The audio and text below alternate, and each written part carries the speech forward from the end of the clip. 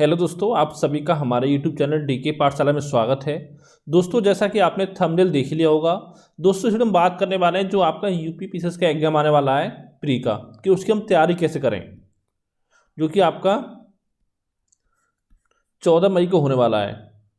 अगर दोस्तों आज देखा जाए तो आज आपका 4 फरवरी हो गया है, यानी लगभग 100 दिन से भी कम समय आपका बचा हुआ है। 98 दिन के ऐसा बचे हुए हैं। तो इन बच्चों को लगभग 100 दिन में हम कैसे तैयारी करें उसके बारे में बात करेंगे कि कौन सी सब्जेक्ट के कैसे हम कौन सी बुक पढ़ें। तो दोस्तों यहाँ पर देखिए, जो वीडियो देख रहे हैं उसमें 2-3 टाइप के लोग होंगे। एक तो दोस्तों जो होंगे जो पहली बार आपका प्री एग्जाम दे रहे हैं, प्री फर्स्ट टाइम, और एक वो होंगे कि जिनका अब तक एग्जाम दे रहे हैं 4-5 सालों से, लेकिन प्री जो है वो क्लियर नहीं हो पाया है। और कुछ स्टूडेंट ऐसे होंगे आपके जो प्री दे रहे हैं इस बार, लेकिन यानी 1-2 साल पहले या पिछले साल मेंस भी दे चुके हैं। तो देखिए उनके लिए वीडियो नहीं है। जो मेंस दे चुके हैं उनको देखिए क्या करना है, प्री भी पढ़ना है बच्चे के समय में, मेंस भी पढ़ना है।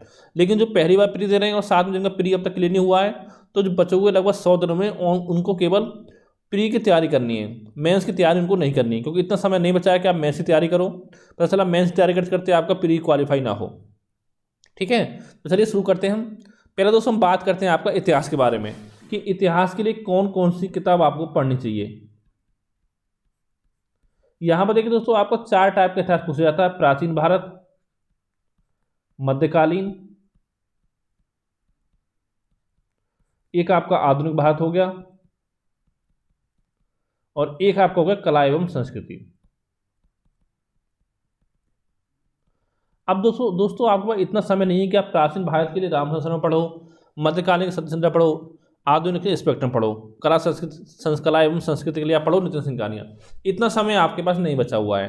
तो दोस्तों मैं आपसे कहना चाहता हूँ, देखिए अगर आपने पहले से पढ़ रखी है बुक तो अच्छी बात है, आप रिवाइज कर सकते हो। लेकिन आपने ये बुक नहीं पढ़ी है तो आप देखिए, एक बुक आती है मार्केट में करंट पब्लिकेशन की। आपको याद होगा 2011 से पहले आपका जो यूपीएससी का एग्जाम होता था उसमें क्या था, प्री में आपका एक पेपर तो आपका जीएस का होता था और एक पेपर आपको होता ऑप्शनल का होता था ऑब्जेक्टिव। उसमें जो हिस्ट्री ऑप्शनल के क्वेश्चन पूछे जाते हैं उसके लिए एक बुक आती है करंट पब्लिकेशन की। ठीक है, उस बुक को आप पढ़ सकते हो। उसमें सारे आपको मिल जाएंगे, प्राचीन, मध्यकालीन, आधुनिक भारत मिल जाएगा, थोड़ा बहुत उसमें आपको कला एवं संस्कृति मिल जाएगा। तो उस बुक को आप पढ़ सकते हो। उसमें बहुत ज़्यादा फैक्ट दे रखा है, वन लाइनर टाइप में दे रखा है उसमें, उसको आप पढ़ सकते हो। और साथ ही आपको घटनाचक्र पूर्वावलोकन जरूर पढ़ना है, पूर्वावलोकन। इतनी तैयारी करनी है आपको इतिहास के लिए। ठीक है, इसके अलावा कुछ भी आपको नहीं पढ़ना है। फिर दोस्तों बात आती है भूगोल की। तो इसमें एक आपका आता है भारत का भूगोल,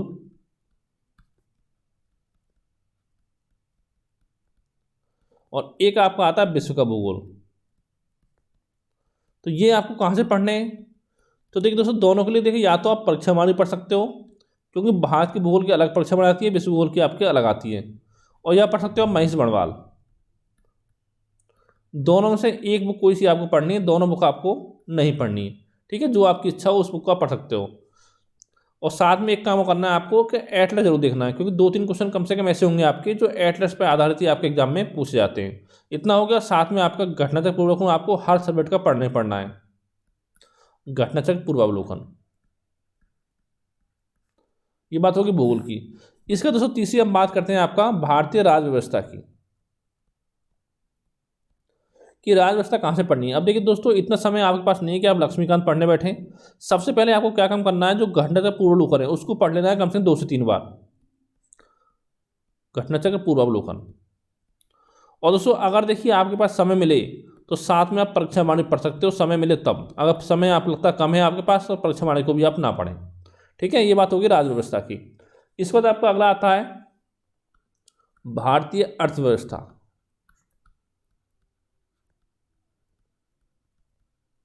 ये आपको कहाँ से पढ़नी है? तो दोस्तों इसके लिए सबसे पहला काम करना है आपको घटनाचक्र पूर्वावलोकन पढ़ना है,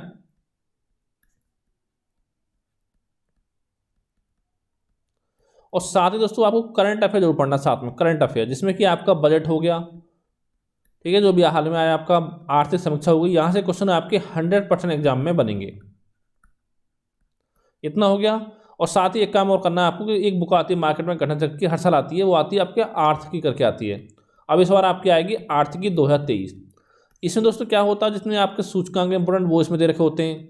वन रिपोर्ट इसमें आपकी होती है, ऊर्जा क्षेत्र, ठीक है, और भी खनिज क्षेत्र आपको होते हैं, और कृषि का डाटा आपका होता है। कृषि का और खनिज का डाटा आपको दे रखा होता है, वहाँ से क्वेश्चन आपके एग्जाम में 100% बनते हैं। जैसे पूछेगा गेहूं के उत्पादन में शीर्ष देश कौन सा है, या टॉप 3 कंट्री कौन से हैं, टॉप थ्री राज्य कौन से हैं आपके, ठीक है। खनिज में पूछेगा कि आपका कोयले के उत्पादन में पहला स्थान किस देश का है, दूसरा किसका है, भारत का कौन सा स्थान है। तो ये सब डाटा आपको इस बुक में मिल जाएगा। ये अभी मार्केट में भी अभी फिलहाल नहीं आई है, बहुत जल्दी हो सकता है 1 आध महीने में आपकी आ जाएगी, तो इसको भी साथ में आपको पढ़ लेना है। और रमेश सिंह वगैरह बुक आपको नहीं पढ़नी है, क्योंकि इतना समय आपके पास नहीं है एग्जाम्स पहले। ये बात होगी भारतीय अर्थव्यवस्था की। इसका दोस्तों अगला आपका आता है पर्यावरण। तो यहाँ पर क्या करना है आपको, तो सबसे पहले एक तो करंट अफेयर से पढ़ना ही पढ़ना है पर्यावरण के लिए आपको। कई क्वेश्चन आपके ऐसे आते हैं पर्यावरण से जो करंट अफेयर में कवर हो जाते हैं, जैसे कि आपका कोई सम्मेलन हुआ हो, कि सम्मेलन की थीम क्या थी, भारत तरफ से किसने हिस्सा लिया उसमें, ठीक है, उसका उद्देश्य क्या था सम्मेलन का, ये हो गया आपका। और साथ ही कोई आपका दिवस मनाया गया हो, जैसे कि हाल ही में आपका विश्व आर्द्रभूमि दिवस मनाया गया है, कब मनाया जाता है, उसकी थीम क्या थी, ठीक है। इस तरह से आपके क्वेश्चन बनते हैं करंट अफेयर से। और साथ ही पढ़ना है आपको घटना चक्र पूर्वावलोकन। और दोस्तों इतना पढ़ने के बाद अगर आपको लगे कि आपके पास समय है, तो आप परीक्षा वाणी साथ में पढ़ सकते हो। अगर समय नहीं है आपके पास, तो परीक्षा वाणी आप ना पढ़ें। फिर इतना काम करना है आपको पर्यावरण के लिए। इसके बाद अगला दोस्तों आपका आता है सामान्य विज्ञान। इसमें क्या करना है, सामान्य विज्ञान में आपको सबसे पहले पढ़ना है आपको घटना चक्र पूर्वावलोकन, तो ये बहुत इंपॉर्टेंट है आपका इसका सामान्य विज्ञान के लिए। और साथ ही जो आपकी लूसेंट की जीके बुक आती है, उसमें जो लास्ट में आपके सामान्य विज्ञान आपको दे रखा है, उसको साथ में पढ़ना है। और एक इसमें आता है आपका साइंस एंड टेक, वो आपका कवर हो जाएगा करंट अफेयर से, ठीक है। उसके लिए अलग से कोई बुक आपको नहीं पढ़नी है। तो ये बात होगी सामान्य विज्ञान की। फिर दोस्तों इसके बाद आपका अगला आता है यूपी जीके। तो यूपी जीके के लिए पढ़ना है आपको परीक्षा वाणी। अगर है तो अच्छी बात है, नहीं है तो नहीं, आप जब मार्केट जाकर खरीद सकते हो, क्योंकि लास्ट में जो अपडेट आई है आपकी, वो आपकी अगस्त 2022 में अपडेट हुआ था परीक्षा वाणी, उसको आपको पढ़ना है यूपी जीके के लिए। फिर दोस्तों आखिरी में बचता है आपका करंट अफेयर। तो यहाँ पर बहुत सारे बच्चों को सवाल आता है कि सर हम करंट अफेयर कहाँ से तैयार करें। सबसे पहले सवाल आता है कब से कब तक पढ़ना है। तो दोस्तों करंट अफेयर जो पढ़ना है वो पढ़ना है आपको 1 जुलाई 2022 से लेकर आपके एग्जाम 14 मई को हो, तो यानी कि आपका 25 अप्रैल तक, 25 अप्रैल 2023 तक का करंट अफेयर आपको तैयार करना है। इतना आपका होगा करंट अफेयर। अब किससे करना है, किस बुक से। तो दोस्तों एक तो बुक आती है घटनासार की मार्केट में। अब इस समय घटनासार की जो बुक है वो आपका वार्षिक की आई हुई है। उसमें क्या करना है आपको, जो जुलाई से लेकर जो करंट अफेयर है आपका, वो आपको तैयार करना है, पुराना तैयार आपको नहीं करना है, ठीक है। इतना हो गया। साथ में आप मंथली पढ़ सकते हो, जनवरी फरवरी से लेकर मंथली, ठीक है, घटनासार। और उसके अलावा जब आपका एग्जाम होगा, तो एग्जाम से लगभग 15-20 दिन पहले एक मार्केट बुक आएगी आपकी घटना चक्र की। कौन सी आएगी, वो आएगी आपकी दृष्टि करके आती है, जिसमें आंखें वगैरह छपी होती हैं, वो आपको पढ़ लेनी है, ठीक है। इतना मैगजीन बड़ी ज़्यादा मैगजीन आपको नहीं पढ़नी है।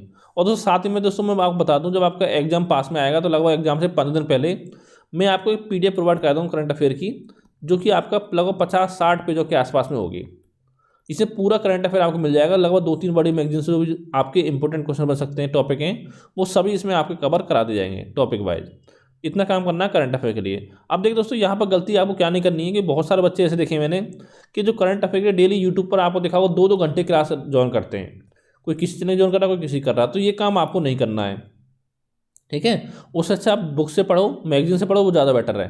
लेकिन आपको 2-2 घंटे आपको बर्बाद नहीं करना है करंट अफेयर के लिए यूट्यूब पर, किसी भी चैनल पर, ठीक है। ये बात होगी करंट अफेयर की। अब दोस्तों आखिरी में आपका आता है CSAT, जो सेकंड पेपर होता है। क्योंकि पता होगा दोस्तों, इसमें केवल आपको 33% नंबर लाने होते हैं, क्वालिफाई करना है। इसमें क्या क्या पूछा जाता है आपका, इसमें आपका मैथ आएगा, रीजनिंग आएगी, इंटरपर्सनल स्किल्स वगैरह आपकी आती हैं, और साथ में आपको गद्यांश वगैरह आपके आते हैं, और इसमें आपकी अंग्रेजी भी आती है कुछ क्वेश्चन, और साथ ही कुछ क्वेश्चन आपके हिंदी के भी इसमें आते हैं।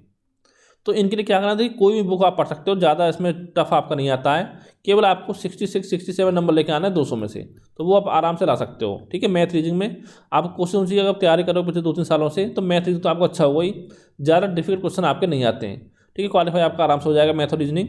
फिर गद्यांश कर सकते हो आप, हिंदी क्वेश्चन 2-4 कर सकते हो, और थोड़ा अंग्रेजी पढ़ सकते हो, ठीक है। और इंटरपर्सनल स्किल चाहो तो कोई बुक आपकी मार्केट से लेके आप पढ़ सकते हो, जो आपको अच्छा लगे। तो ये बात होगी CSAT की। और दोस्तों कम से कम अगर देखिए आपको एग्जाम निकालना है, तो बच्चों के समय में आपको कम से कम मांग चलो आपको 8 घंटे की स्टडी करनी पड़ेगी, लेकिन मन लगा के। ये नहीं कि 8 घंटे पढ़ाई कर रहे हो लेकिन साथ में मूवी चल रही है, सामने मोबाइल में रील चल रही है, तो ये काम आपको नहीं करना है। अच्छे से पढ़ाई करनी है, बुक से पढ़ाई करनी है, ठीक है। और दोस्तों कोई आपका सवाल हो तो नीचे कमेंट करके आप पूछ सकते हो। Thank you for watching.